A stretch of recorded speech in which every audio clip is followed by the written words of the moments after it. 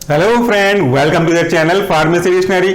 आज हम एक ऐसे शब्द का सिंपल तरीके से एक्सप्रेशन देखेंगे जो आपकी फार्मेसी में, चाहे आप फार्माकोलॉजी पढ़ रहे हो, चाहे फार्मास्यूटिक्स पढ़ रहे हो या फिर इसी तरीके से बायोफार्मास्यूटिक्स पढ़ रहे हो, ये आपको काम आएगा। आज का वर्ड क्या है? आज का वर्ड है फैक्टर अफेक्टिंग बायो अवेलेबिलिटी। ये बायो अवेलेबिलिटी तो नहीं है, लेकिन अगर हम जानना चाहते हैं कि फैक्टर अफेक्टिंग बायो अवेलेबिलिटी, तो थोड़ा सा शॉर्ट में बायो अवेलेबिलिटी भी समझना पड़ेगा। हमारे मेन चैनल पे भी ये काफी डिटेल से अपलोडेड है। बायो अवेलेबिलिटी का मतलब rate and extent of drug absorbed from its dosage form that reach to the systemic circulation। यानी कि जब कभी भी हम कोई भी दवाइयां लेते हैं, चाहे वो किसी भी फॉर्म में हो, टैबलेट ले रहे हो, चाहे सिरप पी रहे हो या फिर इंजेक्शन किसी रूट से दे रहे हो, तो जहां से भी आपने उसको इंट्रोड्यूस किया वहां से वो कितने अमाउंट में और कितने समय में आपके ब्लड में पहुंचता है, वो कहलाता है हमारा बायो अवेलेबिलिटी। ब्लड में पहुंचना बहुत जरूरी है, एडमिनिस्टर करने से काफी नहीं होता। जब वो ड्रग एडमिनिस्टर होकर ब्लड में पहुंचेगा वो हमारा बायो अवेलेबिलिटी कहलाएगा। कोई भी ड्रग अच्छे से काम कर रहा है कि नहीं कर रहा है या करेगा कि नहीं करेगा, यह पूरी तरह से इसी बायो अवेलेबिलिटी पे डिपेंड करता है।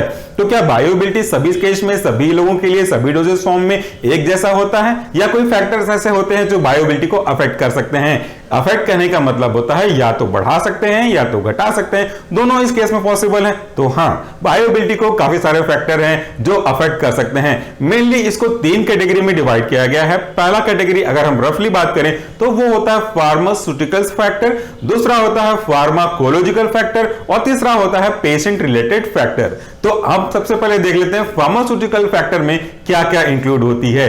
सबसे पहला है आपका डोजेस फॉर्म, यानी कि क्या आप जो सब्सटेंस ले रहे हैं एज ए मेडिसिन वो सॉलिड है कि लिक्विड है कि गैसेस के फॉर्म में है, तो इनके हिसाब से उनकी बायो अवेलेबिलिटी बहुत असर करती है।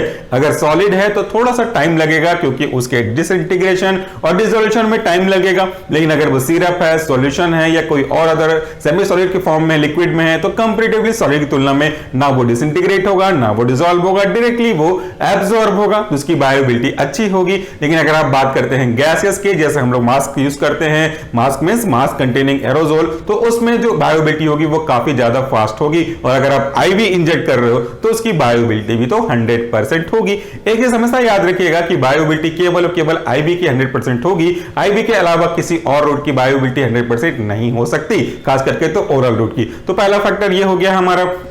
दूसरा इसी के अंदर है टैबलेट के मैन्युफैक्चरिंग प्रोसेस में उसकी हार्डनेस कितनी रखी गई है। अगर टैबलेट बहुत ज्यादा हार्ड है तो बायो अवेलेबिलिटी स्लो होगी, टैबलेट फ्रेजाइल है तो बायो अवेलेबिलिटी थोड़ी फास्ट हो सकती है, depending upon the nature to nature. Excipient आपने कौन सा यूज किया है ये भी आपकी बायो अवेलेबिलिटी को अफेक्ट करता है। तो मेनली हमने 3 फैक्टर ही मेनली देखे हैं, शॉर्ट में हमको देखना है। दूसरा है आपका फार्माकोलॉजिकल फैक्टर, यानी कि आपकी बॉडी में हर वो एक पैरामीटर जो ड्रग के असर को रेगुलेट करती है वो कैसी है। क्या आपके बॉडी में कुछ ऐसा फूड प्रेजेंट है जो आपने पहले लिया होगा, तो वो फूड भी आपके ड्रग के एब्जॉर्प्शन को अफेक्ट कर सकता है, तो ये उसी के अंदर आएगा। क्या आपकी बॉडी में रिसेप्टर की जो संख्या है वो सैचुरेट हो गई है, तो वहां पे आपकी बायो अवेलेबिलिटी अफेक्ट होगी।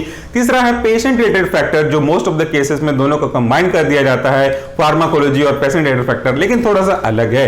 अगर कोई पेशेंट की किडनी में दिक्कत है तो उसकी बायो अवेलेबिलिटी में भी असर पड़ेगा, क्योंकि वो उसके एलिमिनेशन को कंट्रोल करेगी। अगर उसको ऑलरेडी कोई लीवर में माल फंक्शन है तो ड्रग के मेटाबॉलिज्म को अफेक्ट करेगा। अगर उसके स्टमक या इंटेस्टाइन में कोई अल्सर है या कोई और प्रॉब्लम है तो वो उसके एब्जॉर्प्शन को अफेक्ट करेगा। So there are so many other important factor which में अफेक्ट द बायो अवेलेबिलिटी। यहां पे हमने बहुत शॉर्ट में डिस्कस किया है। अगर आप डिटेल में हर एक फैक्टर का मतलब समझना चाहते हैं तो हमारे मेन चैनल सोशल फार्मेसी में विजिट कर सकते हैं। आपको कंप्लीट एनिमेशन के साथ इसका एक्सप्लेनेशन मिल जाएगा और उस चैनल का जो लिंक है वो इसी वीडियो के डिस्क्रिप्शन बॉक्स के बॉटम में आपको मिल जाएगा। So friend, that's all for the day. Thank you so much for watching this video. नमस्कार, टेक केयर।